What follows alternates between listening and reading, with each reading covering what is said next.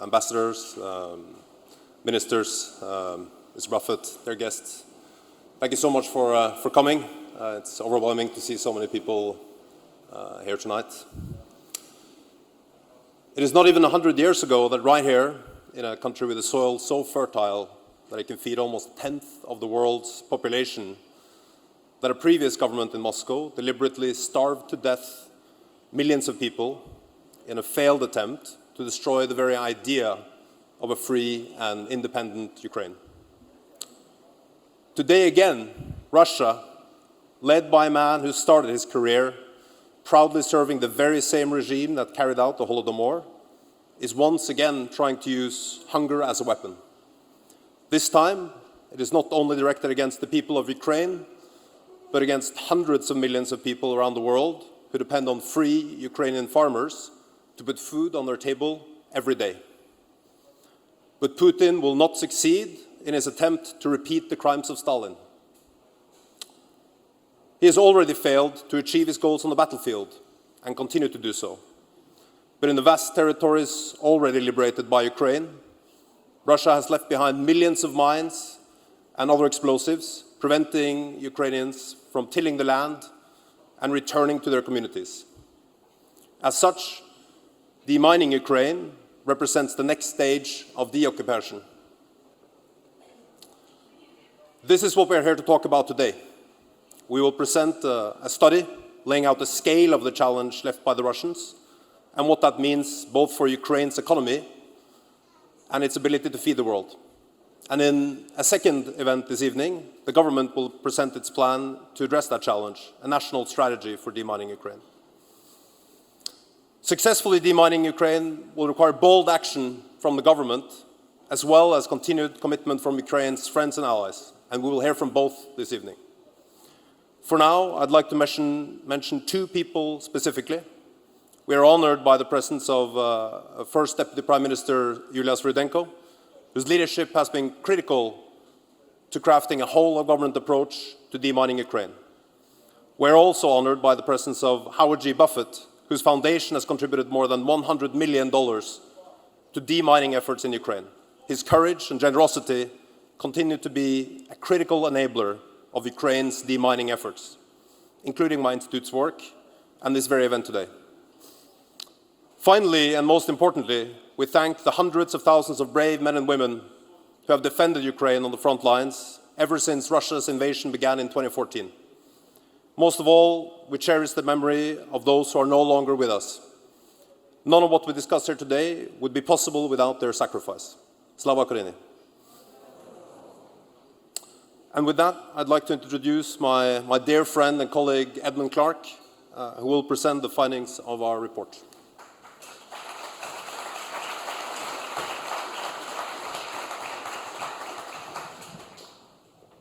Thank you very much, Stephan.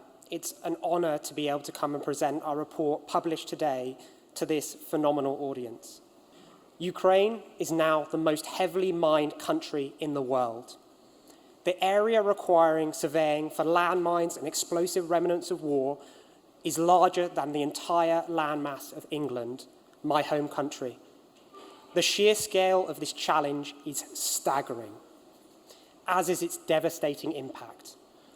Although it will require an enormous effort, it is nonetheless a solvable challenge, one that will play a critical role in Ukraine's recovery, resilience, and long-term growth. Our report estimates that Ukraine's GDP is over 11 billion lower annually due to landmines and explosive remnants of war. That's about 6% of Ukraine's GDP from prior to the full-scale invasion. This is largely due to landmines' impact on agricultural land. TBI estimates that agricultural and food exports from Ukraine are 4.3 billion lower annually than they would have been otherwise due to these hazards.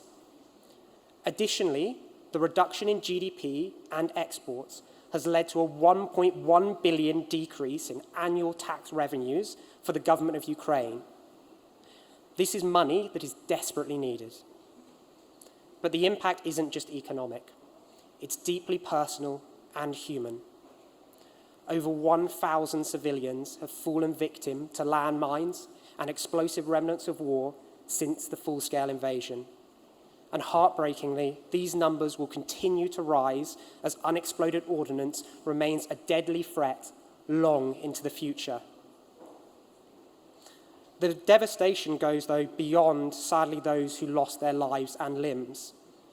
Entire communities have been shattered, with countless human stories behind this tragedy. Vast tracts of farmlands remain uncultivated. Factories sit idle. Fertilizers are not produced. Delivery trucks lie unused. And workers are left jobless, unable to support their families. These human impacts stretch far beyond Ukraine's borders.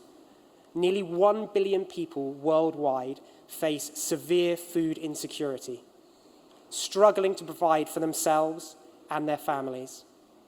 Ukrainian production is vital for food supply to these people. The World Food Programme estimates that Ukraine, prior to the full-scale invasion, could feed 400 million people worldwide annually.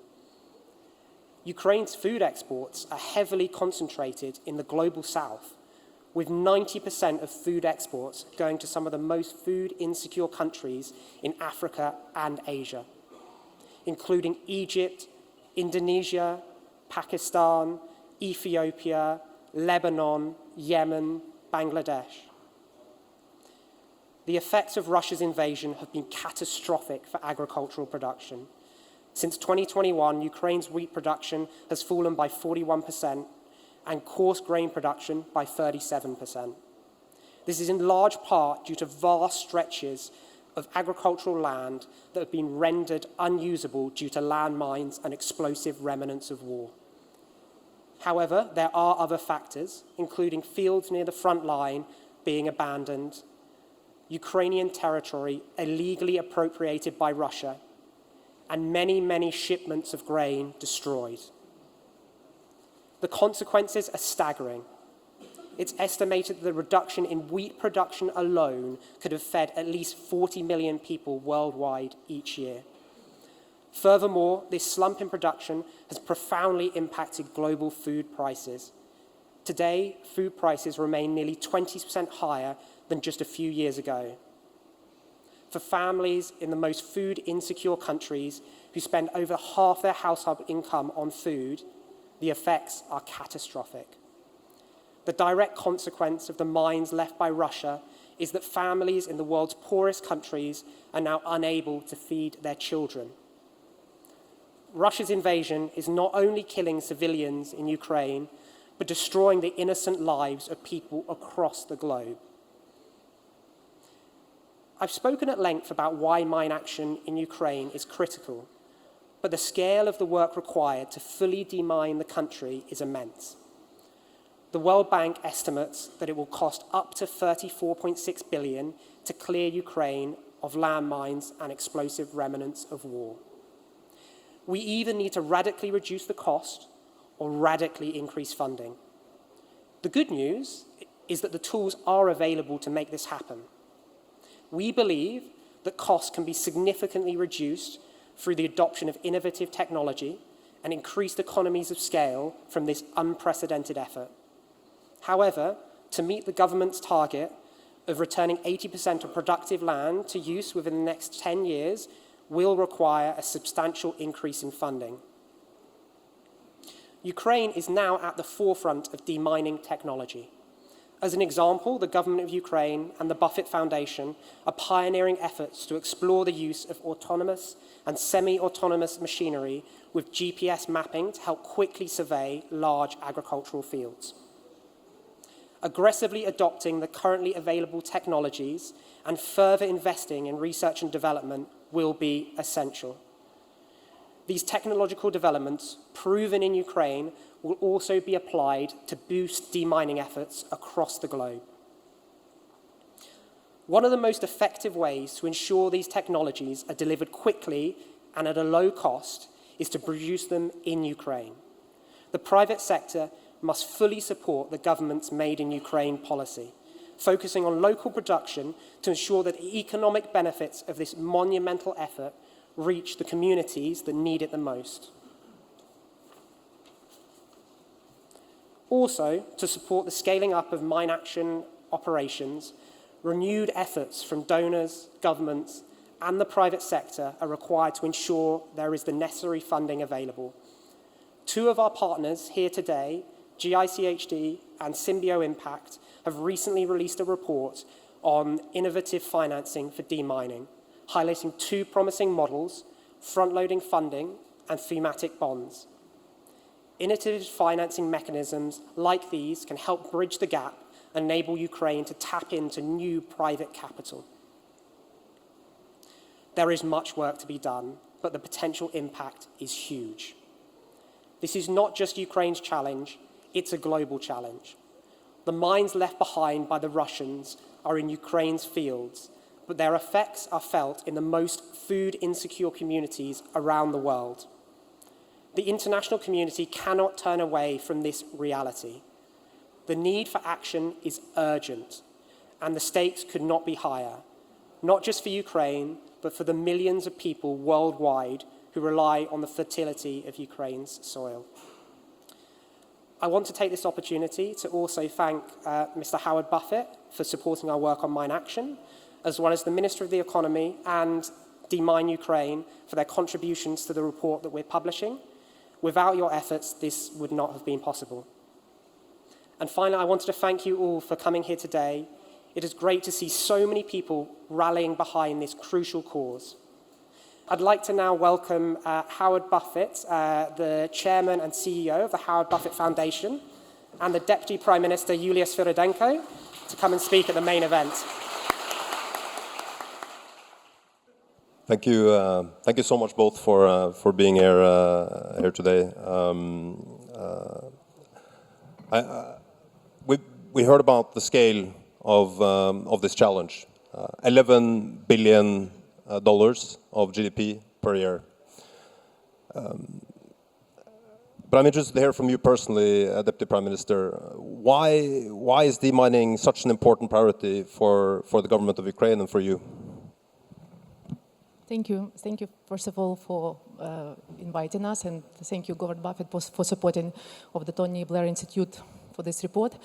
For us, why it's important? Actually, there are several dimensions. First of all, because at least 6 million people are under the risks, and 1 million people have already been wounded. So that's why it's a big risk for our children, for future generation, and for economy. You have already mentioned that numbers, the influence on an economy and disruption that have been done by the minefields. So it means that we're not ready to be to return to the pre-war level of our export of agricultural goods, and it means that in situation when our war is financed by our own taxes, it means that we need to have a full-run economy, and we have very strong agricultural sector. So that's why we set this very ambitious goal to return the agri-land to its productive use, 80% of mined land to productive use in 10 years. I know it's very ambitious, to return at 80%, but our president, that he's very ambitious, and that we don't have this like 700 years or 500 years to return this land to productive use. So that's why we're trying to use different approach.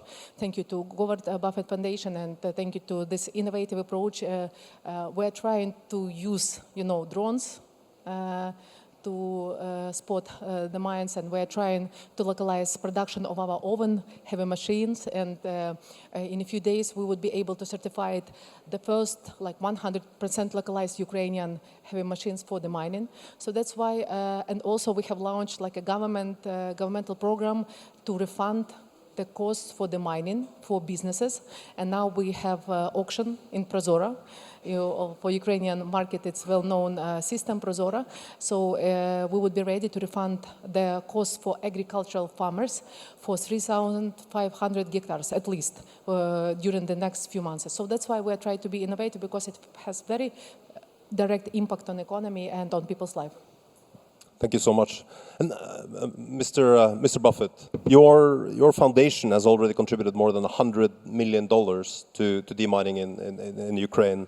But on top of that, you personally have been very, very involved, hands-on, and spent much of the last 2 years in this country.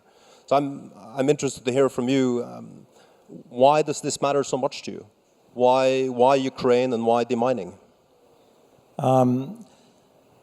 Well, our interest and my interest really kind of evolved. When the full-scale invasion occurred in 2022, it was obvious to me that it was going to have a big impact in a lot of countries where we typically work. Those are, and I would say specifically some in Africa. So our foundation is focused primarily on food security and conflict mitigation. There isn't anywhere in the world at the time that this invasion occurred that those two areas had collided more than in Ukraine. And as I got here on the first trip, I realized that it was even bigger than what I thought it would be. You know, I had been in Ukraine in 1991 when it was still part of the Soviet Union. And since then, I hadn't really honestly thought much about Ukraine because Ukraine didn't need us. They didn't need, I mean, they were very strong, doing well, growing.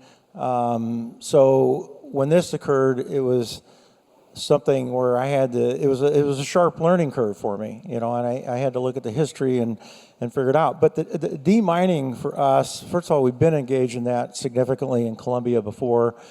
And for us, you know, there's no faster, I don't think you can select a sector of the economy or of any revenue producing part of Ukraine that can bring the economy back faster than agriculture. And that can't happen as long as there's mines and landmines and unexploded ordnances. And I say this not to embarrass the Vice Prime Minister, but with the leadership that we've seen from the President to the Vice Prime Minister, to her team, to many others that are in the government, it's very encouraging because a lot of times we have worked in places where there's dysfunctional governments, there's challenges that are really difficult to overcome. Ukraine is very different that way in the fact that we can really see progress and have a lot of confidence in our investments. I'll just tell you one, you know, I was looking at the numbers on the screen, and they're significant. I mean, they're not small numbers, but just to give you a specific example, last year I was in Rwanda, 2023, and we have a project. There were several thousand farmers, and we're sitting talking to some of them, and one of them said, you know, this has been the best year we've ever had. And I said, why is that? And he said, because of the war in Ukraine.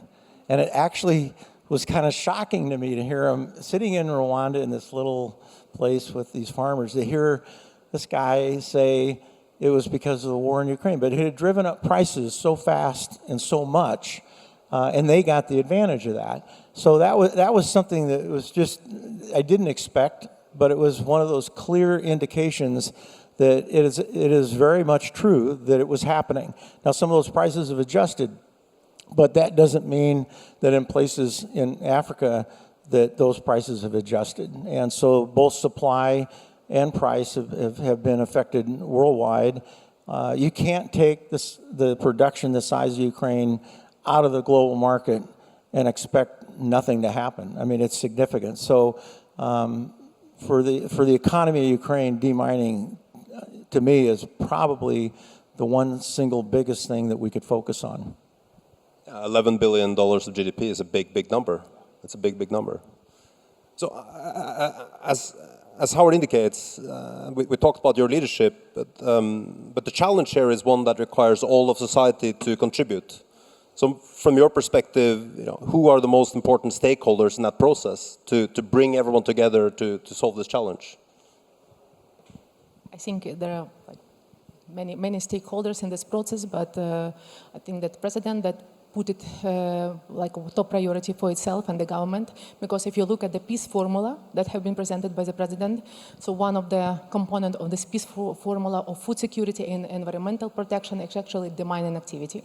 The second one, of course, it's Ukrainian citizens and farmers that are suffering from the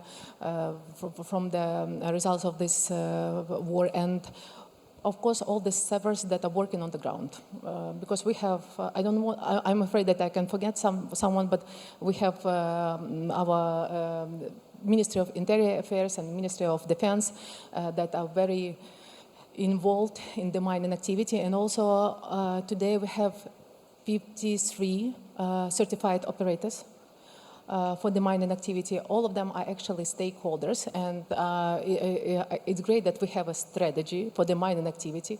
So we take on board all the stakeholders and we work out very concrete master plan, what we can do to return land to productive use, because I absolutely agree with Governor that actually it's one of the biggest sector, and this sector can give the boost to economy after the fall of GDP, like 30% during the first year. So it's one of the most promising area for rebuilding of our economy. And actually, I think that we, all of us, achieved some significant results during the last 2 years. Just in this year, 200,000 hectares have been cleared and returned to productive use. Actually, it's a big numbers, and of course we should not to keep this temp to achieve a very ambitious goal, because actually it's has, as I said, very strong and direct impact on economy and people's life. And Mr. Buffett, you're a farmer yourself. Can you share with us a little bit more about the challenges of restoring agricultural production, but and how that would work to take the demined land and make it full of life again? Well, actually, this may not mean so much to this audience because you won't know what Tonka toys are, but they're the big trucks that little kids play with. And my mom used to always tell me I didn't have enough Tonka toys when I was little. Because when I was growing up, I loved heavy equipment, and I first started running a bulldozer when I was 16 years old, and I started farming later. My mom and dad couldn't figure out what was going on, but anyway, I fell in love with it. And so I've spent many, many years involved with both a lot of different heavy equipment, construction, farming. So when I started to learn more about this issue, I realized there's some things that we use at home that aren't and haven't really been applied either at all or at any scale in terms of demining. So we started looking at how we could adjust some of those things, and we've been able to do that. We hope successfully. We're testing some things on this trip. We're testing some things on the next trip. But the most important thing that the Ministry of Economy can drive is making sure that the right protocol is in place and the right opportunities are in place. Today, if you look at this part of the standard protocol, they talk about remote control and they talk about operators. There's nothing in there about autonomy or supervised autonomy. There's no space for new technology, and especially even with as drones work their way into the process. You look at the protocol today, and it talks about how you should not, sacrifice equipment. And I would say you absolutely can sacrifice equipment. It is safer. It'll be a safer process. Let's make sure that the human beings are safe, that people are safe. But my idea is that you absolutely sacrifice equipment, and you're going to destroy some things and blow some things up. But that's all replaceable, fixable, and it's going to make things so much faster. If we go with the standard process, there's lots of numbers. It's 100 years, it's 200 years, but it will be that long if this protocol does not allow for new technology, new ideas. And one of the other things is, if you read it, it talks about confidence building and clearance. But honestly, there needs to be a third category in there, which one of my friends from Halo helped me come up with the name risk reduction, which it could be anything. You can name it anything. But there has to be enough flexibility throughout all of it to allow for both innovation, experiments, and some risk. But the risk is equipment. It's not people. And then finally, I just say that, there's this idea that as you run something through a field and you detonate, maybe something as small as 37-gram butterfly mine, you stop. Well, the truth is, what we're working on is ideas that you can run through that field. Now, if you hit a TM62 mine, you stop. You have to do something different. That's a whole different thing. But we should be able to run through any farm field. And the only way you're going to do it at scale and cover tens of thousands of hectares in the time that you want to cover it is to be able to run through those fields. And you hit a butterfly, any anti-personnel mine. We've blown a lot of equipment up. My neighbors think I'm crazy.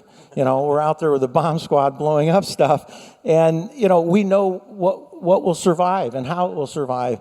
So we have to look at this as something that is different than the past, and something that allows for innovation, and it's okay to sacrifice equipment. It's okay to try to find differences between just simply all the way at the bottom or all the way at the top, push some things into the middle that give more flexibility. If that's not done, you will be demining Ukraine for 100 or 200 years. It's just that's the truth. And drones will play a role when they can get LiDAR and radar and mapping and get it all to work simultaneously and all that, but it's still not the same as mechanically running over and clearing. But drones are going to change the game too, I think, eventually.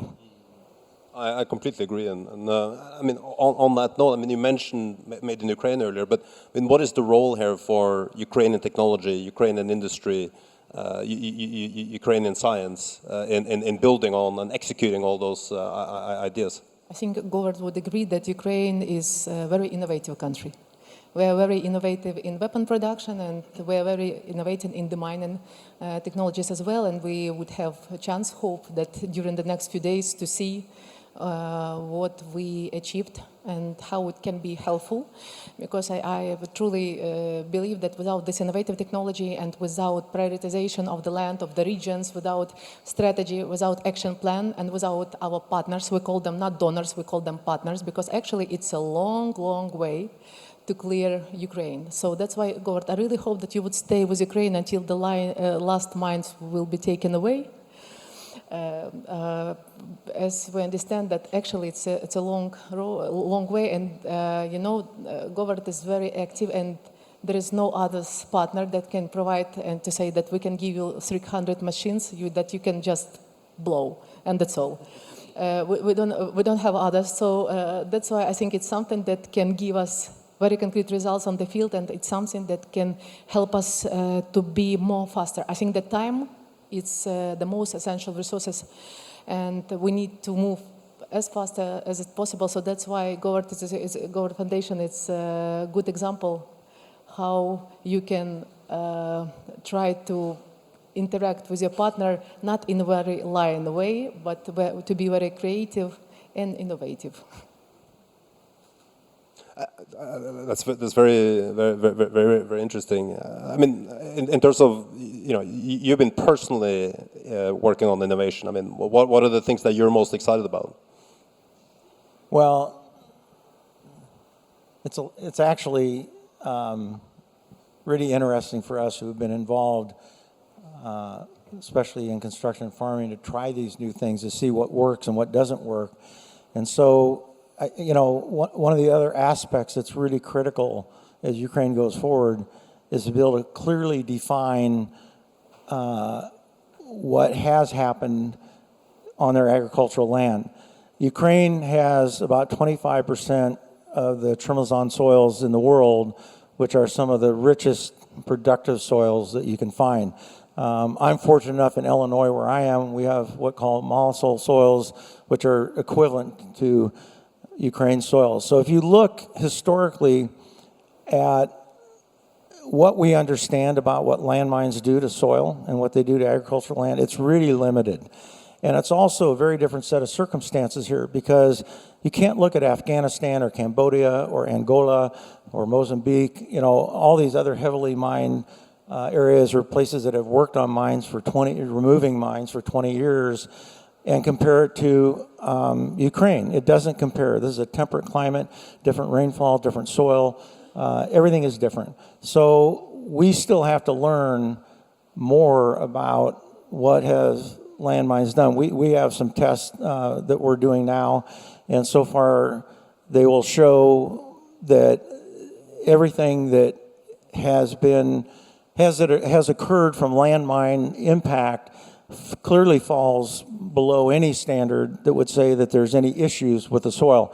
And it's really important to show that. And there's not really much to go by out there, so it's important to get out in front of that and to prove that factually there is no reason to be concerned about it. So for me, looking at the equipment, looking at the innovation, proving that production in Ukraine is perfectly safe, which we've already seen enough that we know that, but we're going to continue to work on it so that we can provide more and more information on it. But those are really critical things going forward, because Ukraine has enough people that want to see the country fail, that we have to be able to stand up strong against those people and against those countries, and make it clear that Ukraine can easily, well, I shouldn't say easily, it'll be a challenge, but Ukraine can come back to be a powerhouse and a leader. There's no reason, and I'll probably offend someone here from Europe, but there's no reason why Ukraine can't be the strongest leading country in Europe. I mean, they have everything they need to do it.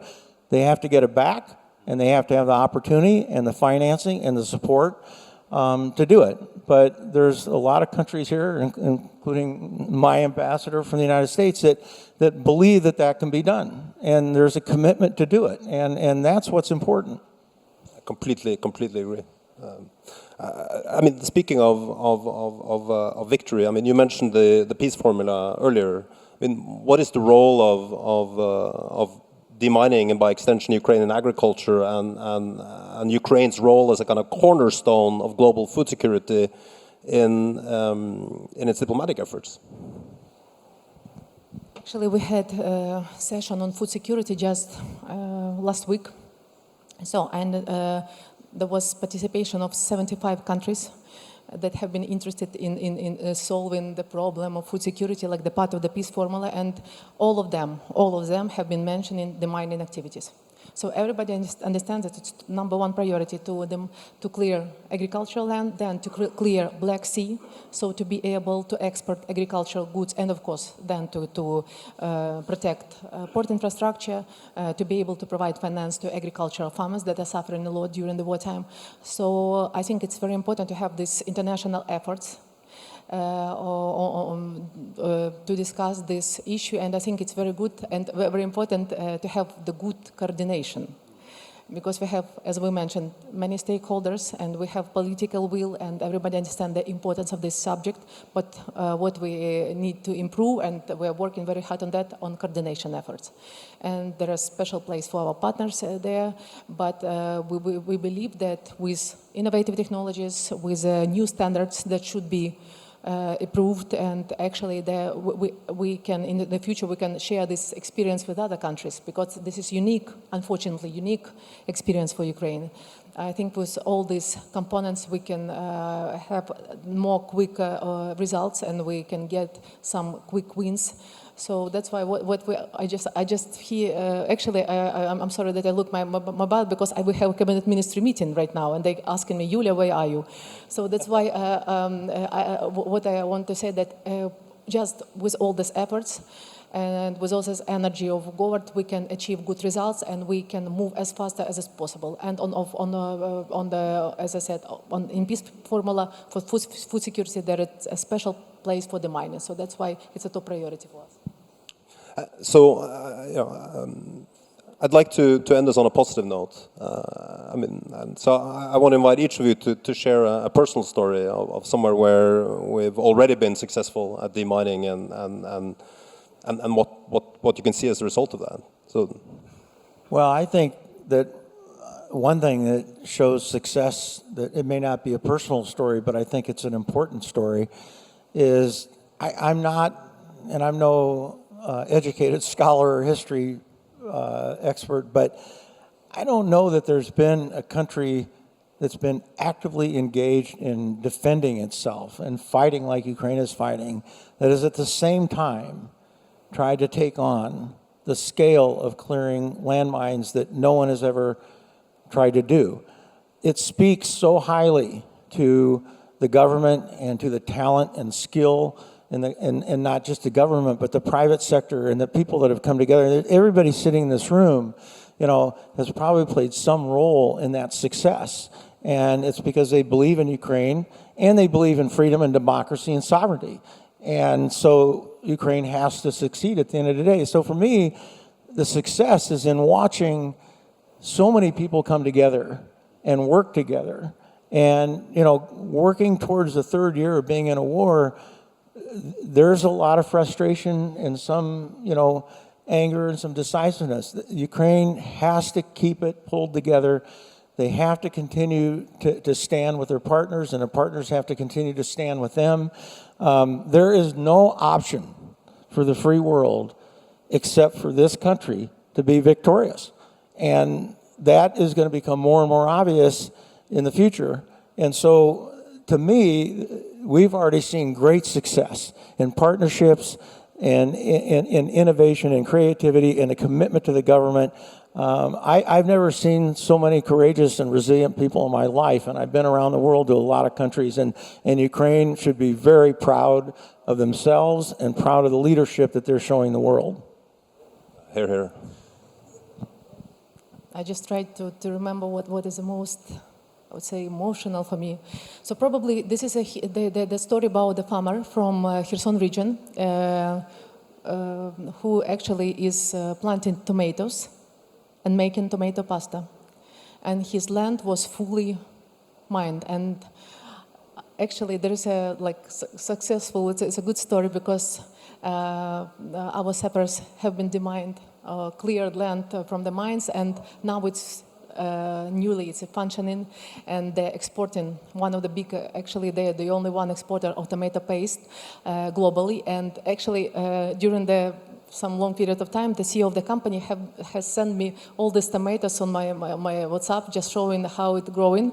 So that's why it seems that our strategy or action plan or our efforts is far away from the farmer's life, but it's not. So it's very close, and all our efforts gives results. And as more efforts we put, the more people we bring on board, the more efforts, more innovation, more technology, the brightest results we will get, and the more successful life stories we will listen from our farmers and from our businesses. And business in Ukraine, I think, is a symbol of resilience. It's something remarkable. And that's why we need to support them different ways, and that's why I'm so grateful to be here, despite of the cabinet ministry meeting. So because Govert is here and ambassador is here, so that's why it shows how important for government this subject is. So thank you for your support and thank you for your efforts. I'm just saying not for myself, but from all business society. Thank you so much, both of you.